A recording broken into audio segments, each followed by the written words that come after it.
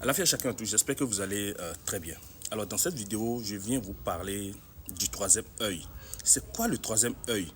Vous allez souvent voir sur la représentation, sur les différentes représentations de certaines divinités, l'œil qui se trouve au milieu de leur front, d'accord? Et beaucoup de personnes se disent que c'est la position du troisième œil. Ce n'est pas la position du troisième œil, d'accord? C'est une représentation pour prouver que cette divinité ou bien cette personne est dotée du troisième œil. C'est une représentation. C'est quoi exactement le troisième œil?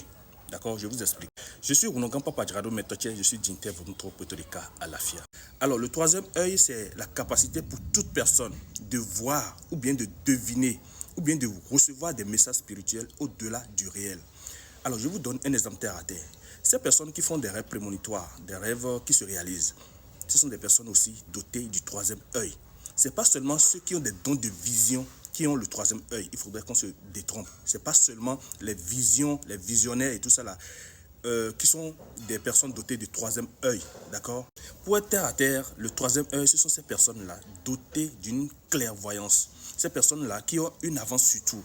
Vous êtes quelque part et ces personnes-là remarquent que l'environnement, il y a quelque chose qui veut se passer, qui est imminent et qui vous commence à vous prévenir. Quittons cet endroit, quittons, faisons ci, faisons ça. Ce sont ces personnes qu'on appelle des personnes dotées du troisième œil. Ce n'est pas seulement les dons de vision. Je le répète, ce n'est pas seulement les dons de vision. Cela voudra dire que les personnes dotées du troisième œil ne sont pas forcément des spirituels. Ce ne sont pas forcément des personnes spirituelles. D'accord? Ce ne sont pas des hommes spirituels. Hein? Ça peut être des personnes lambda, des personnes qui n'ont aucune connaissance spirituelle, mais qui sont dotées d'une clairvoyance, d'une vision extrasensorielle. D'accord? D'une vision, c'est-à-dire des personnes qui voient, en résumé, au-delà du réel, qui sentent des vibrations, qui sentent que telle chose va arriver, et ça arrive réellement. C'est ça qu'on appelle le troisième œil. Je ne sais pas si je me fais comprendre. Le fait même de pratiquer des arts divinatoires, de consulter à travers une divinité, auprès d'une divinité, j'allais dire, c'est aussi le troisième œil. Le don de vision, le don de voir, le don de consulter. Ce n'est pas seulement l'œil qui se trouve au milieu. Je vous ai déjà expliqué cela. C'est une représentation. Alors, il est important de savoir qu'il y a plusieurs œils, troisième œil, d'accord? Le fait même de pratiquer des arts divinatoires, de consulter à travers une divinité, auprès d'une divinité, j'allais dire, c'est aussi le troisième œil. Le don de vision, le don de voir, le don de consulter. Ce n'est pas seulement l'œil qui se trouve au milieu. Je vous ai déjà expliqué cela. C'est une représentation. Alors, il est important de savoir qu'il y a plusieurs œils, troisième œil, d'accord? Alors, il y a des provoqués, des gens qui, par certains rituels et autres, provoquent la vision, provoquent des vibrations qui vont leur permettre de sentir des choses, d'accord? Et là, souvent, c'est provoqué. Il y a d'autres qui sont nés avec cela.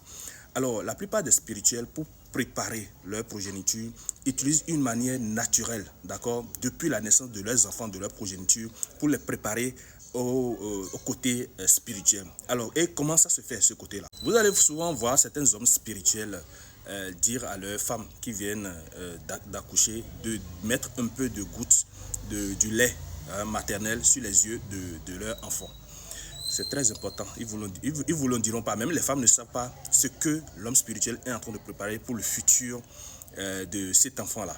D'accord? C'est ça qui active l'œil spirituel. Il y a beaucoup de manières aussi pour activer cela. Alors, il est important de vous dire de faire attention pour ceux qui ont des œils spirituels provoqués. C'est-à-dire ceux dont on active, qu'on fait des choses, des cérémonies pour leur activer l'œil spirituel. D'accord? Il faudrait obligatoirement que ceux qui vous font ça, vous fassent des consultations. Sinon, à l'avenir, vous risquez de devenir aveugle.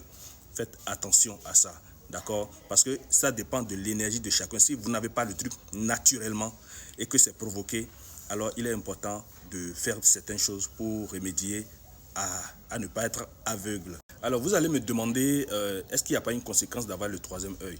La conséquence que moi je trouve là est qu'il y a certaines choses qui se passent et que lorsque vous le dites, on vous dit que c'est vous le sorcier, c'est vous qui avez provoqué cela.